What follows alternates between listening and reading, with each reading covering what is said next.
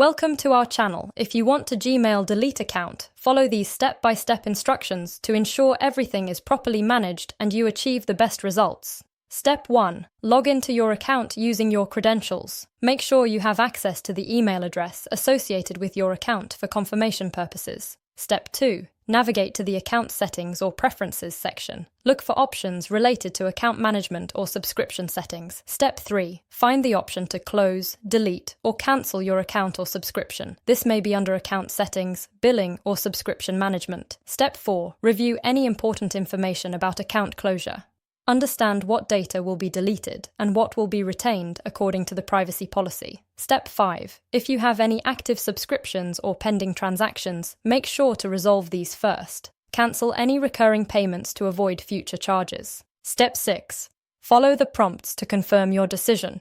You may be asked to provide a reason for closure or complete a brief survey. Step 7. Complete any final verification steps required.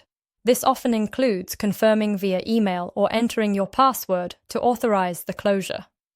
Step 8. Wait for the confirmation email verifying that your account has been closed or your subscription has been cancelled. Save this email for your records in case of any billing questions. Don't forget to like this video and subscribe to our channel.